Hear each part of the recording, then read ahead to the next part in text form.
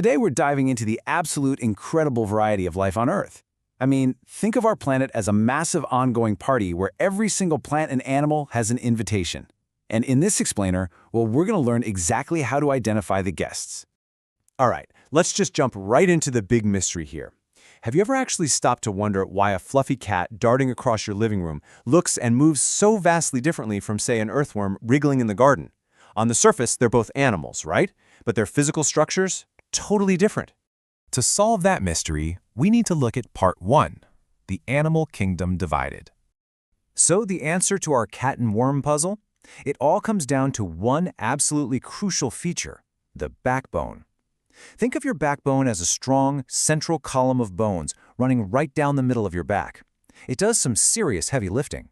It helps animals stand up straight, it allows them to bend, and, super importantly, it protects delicate nerves. But here's the catch. Not all animals actually have one. Right, so this is exactly how we categorize them. Let's put these two groups head to head. On one side, we have vertebrates. A really handy memory trick, vertebrates sounds a little bit like very straight, because that internal backbone gives them a strong, rigid support system. We're talking fish, frogs, lizards, pigeons, and of course, mammals like cats and us humans. But on the flip side, we have invertebrates. Use that prefix in to remind yourself. Inside, no backbone. Since they don't have that internal bone structure, they have to adapt. So they might have soft, squishy bodies like worms and starfish, or they might rely on a tough outer shell for protection, like cockroaches and honeybees. When you look at how these groups are divided, the contrast is pretty wild. On the one hand, we've got the vertebrates. This ranges from warm-blooded mammals and birds all the way to cold-blooded fish, reptiles, and amphibians. You can easily imagine that backbone running right through their bodies, giving them their distinct shape. But then, look at the invertebrates. We're talking everything from squishy, boneless jellyfish and sea sponges, to shelled mollusks, to insects and multi-legged millipedes. It is literally a massive structural divide in the animal kingdom. Okay, moving on to Part 2, exploring plant categories. Now that we've got a handle on the animals, let's talk about the decorators of our giant party, the plant kingdom. Just like animals, plants come in this amazing variety of shapes and sizes, and they're also divided into two super clear categories based on one highly visible feature. Yep, the flower. Flowering plants are, well, exactly what they sound like. They produce flowers at some point in their life. And these flowers, they aren't just there to look pretty. They're absolutely crucial for producing seeds so new plants can grow. Think roses, bright sunflowers, or even apple and lemon trees. Then you've got non-flowering plants. These are plants that never produce flowers. Not ever. Instead, they usually have green or needle-like leaves and rely on entirely different methods to reproduce, like using cones or spores. When we map these two groups out, we find some really fascinating overlaps. Both share fundamental traits, right? They both produce seeds, and they both have roots, stems, and leaves. But only the flowering plants use those colorful petals to attract insects for fertilization. Meanwhile, the non-flowering plants, like the evergreen shown here, often have needle-shaped leaves to reduce water loss, and they produce their seeds tucked safely away inside cones. To really get a feel for non-flowering plants, let's look at some local superstars. Up in the cool, mountainous regions of northern Pakistan, places like Murree, Swat, Kagan, and Chalice, you're going to find an absolute abundance of evergreen trees called conifers. This group includes the pine, juniper, thuya, and the sago palm. And they're incredibly important. I mean, their wood is harvested for furniture, building houses, and even for making the very paper we write on. But check this out. Here's a biological fact that directly connects the structure of a non-flowering conifer to a delicious local snack you've probably eaten. Remember how we said non-flowering plants hide their seeds in cones? Well, pine trees produce cones that contain edible seeds known as chilgoza, or pine nuts. It's just so cool how a biological classification directly translates into a popular dry fruit we actually enjoy.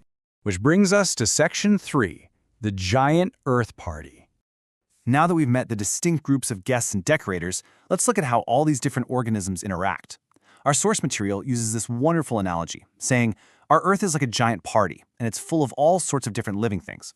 And think about it. If you went to a party where everyone looked exactly the same, talked the same, and liked the exact same things, it would be incredibly boring. Nature feels the exact same way. Variety is what actually makes the system work. In science, this incredible variety is called biodiversity. And why does a high level of biodiversity matter? because every single living thing, from a massive elephant down to a tiny honeybee, has a specific job. Bees help flowers make seeds. Trees give us fresh air. A system with a huge variety of players is just stronger, healthier, and way more resilient. That leads us to our final section, Part 4, Protecting Our Planet. Unfortunately, this incredible party is currently at risk, and we really need to talk about what's happening to all this biodiversity. Sadly, many plants and animals are in real danger of disappearing from the Earth forever, a tragedy we call extinction. The sources point out 3 major threats driving this. First, the destruction of habitat. This happens when homes, like forests or oceans, get destroyed by human construction or deforestation. Second is the change of climate. As the Earth gets warmer, it becomes literally impossible for certain plants and animals to survive in their natural homes. And third, the scarcity of water. This leaves living things without the clean water they desperately need to drink and grow. But hey, it's not all bad news. There is real hope out there, especially when you look at some of the incredible real-world conservation efforts highlighted in our source material.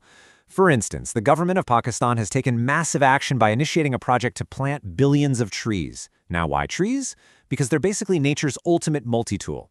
They clean the air, keep the earth cool, and provide essential homes for animals. So they're directly fighting climate change and boosting biodiversity all at the same time.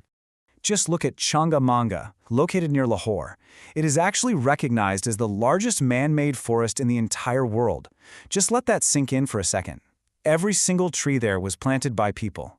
This staggering achievement proves that instead of just destroying habitats, we humans can actively rebuild homes for wildlife. We can create beautiful spaces where nature can thrive all over again. As we wrap up this explainer, I have a question for you. We've talked about massive projects like planting billions of trees, but conservation really starts on a much smaller scale. What is one thing you can do to help protect the living things around you? Whether it's making sure you don't litter, saving water at home, or just planting a single seed in your garden, how will you step up to protect our Earth's giant party? Next time you're outside, take a moment to look closely at the incredible biodiversity around you and ask yourself how you can help it survive. Thanks for joining me on this explainer, and keep exploring.